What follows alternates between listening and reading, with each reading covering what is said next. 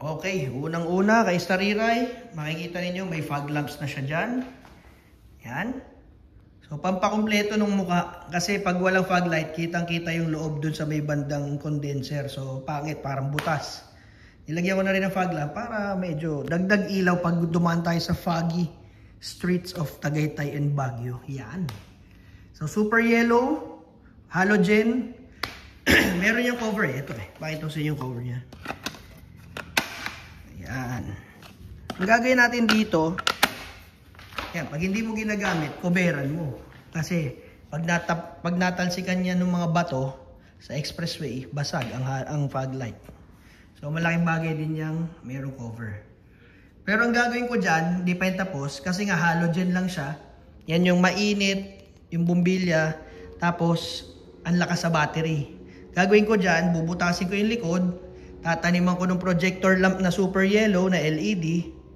Tapos yun yung gagawin nating ilaw para mas pantay yung bato ng ilaw, kasi pag yung projector light nakita niyo may guhit sa kalsada, 'di ba? Tas ang layo ng bato.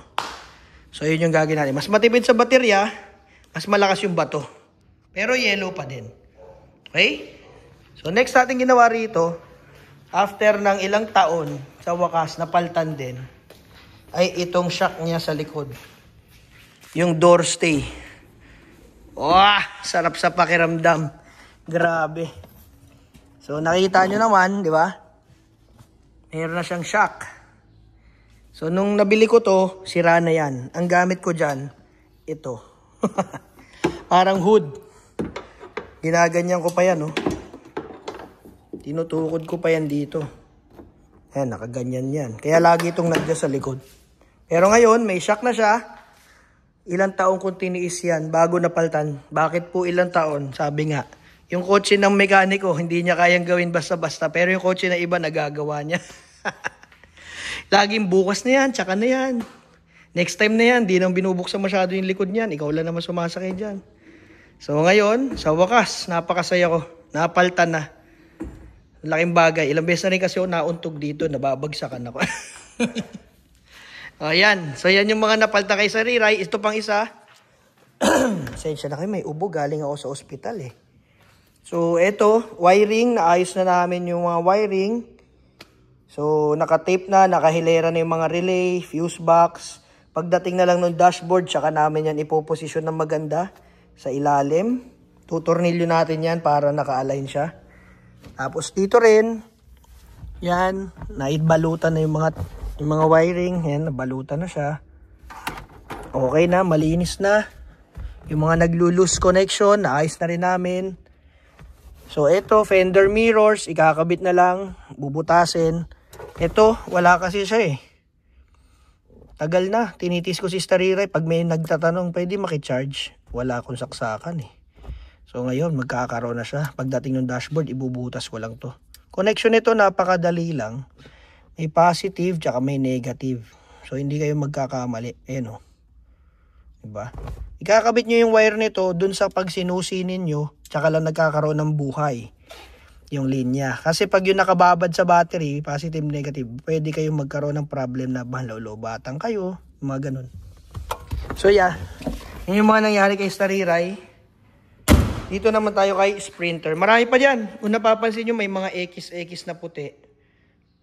Yung katawan. Yan yung mga parte na kulang sa buff. So, minamarkahan yan. Para alam ko kung saan yung mga kailangan pang lihain, kailangan i-buff, medyo manipis yung kulay, uulitin. So, ganyan ginagawa ko kapag wala akong magawa sa mga sasakyan ko. Gumagawa ako ng checklist, tapos isa-isa. Pag nagawa, chechikan. Ginuguhitan ko yan. So, kaya may mga X yan. Ibig sabihin, mga kulang pa sa buff, kulang pa sa liha. So, yan. Marami. Yung iba, kailangan i-retouch.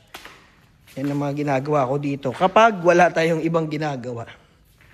Ito naman kay Sprinter, ang ginawa natin dito, kung naalala nyo yung kanyang ignition switch, nandito yan. Pak, pak, pak.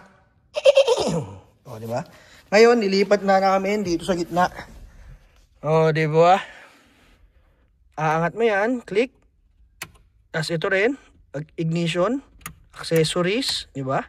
Tapos starter. Huwag na nating ituloy. Dahil mangangamoy dito sa loob ng showroom. Ini-aircon kasi natin to. So amoy usok na hihigop ng aircon. Pero yan nga, yan siya. Yan. Ayan oh. Inon ko pa lang yung accessory. Ang gaan na kagad ng manibela oh. Diba? EPS na kasi to, electric power steering na siya. Pag pinatay ko yan, ayun, ang bigat na ulit. Rinig nyo? Hindi na marinig yung gulong. Kasi yung manibela na lang yung gumagalaw, hindi na sumasama yung gulong. Bumigat na kasi. Yan. Yan. So ayan, ang mga nagbago kay Stariray at kay Sprinter. Unti-unti lang, hindi natatapos kasi maya meron tayong naiisip na pwede pa nating baguhin sa ikagaganda ng performance, ikagaganda ng takbo. Kagaya niyan, yung visibility, napakahalaga yan sa mga kotse natin. Kasi gusto ko pa rin itong madala sa malayong lugar. So pa rin itong madala ulit sa Baguio, yung sobrang kapal ng fog, tapos bubuksan mo yung super yellow na fog light mo, pang! Kaya bumabagyo sa Tagaytay, no? Magjo-joyride kami ni Stariray ko. Nakakamiss mga kaibigan. Yung mga ganyang pagkakataon kasi hindi ko na yung nagagawa ngayon. Sobrang dami ng inaasikaso. Tapos ngayon, mayroon pa tayong pasyente sa ospital. Ilang araw na akong nandun. Anyway, yun lang muna ang update sa ating mga project cars. So abangan nyo lang yung mga susunod pa ating videos.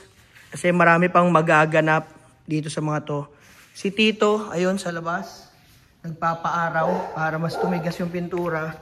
Mabuff natin ulit yung mga kailangan pang i-buff. Kasi mayroon din mga parte na kailangan ayusin. Sa ngayon, yun nga pala yung nagbiro sa atin. Nangingitim daw isang tambucho natin, yung isa daw hindi. Well, sir, hindi na display yan, sir. Nai-connecta na yan. Dalawa na talaga yan, lumalabas ang usok dyan. Ang galing ng mata ni sir, eh. Napansin niya, isa lang yung nangingitim. Pero tama yun. Kasi yung isa inabang ko lang, hindi na umabot. Naging display na lang. Pero ngayon, no isang araw pa yan, nai-welding na, naihinang na yung tambucho, dual na yan. Tsaka iba na rin yung tunog, mas maganda. Pag naka-dual pipe ngayon. Anyway, yun lang. See you sa mga susunod na video. Kita-kits po tayo ulit. Dito lang sa ating page at sa ating YouTube channel. EasyWorks Garage. Bye-bye!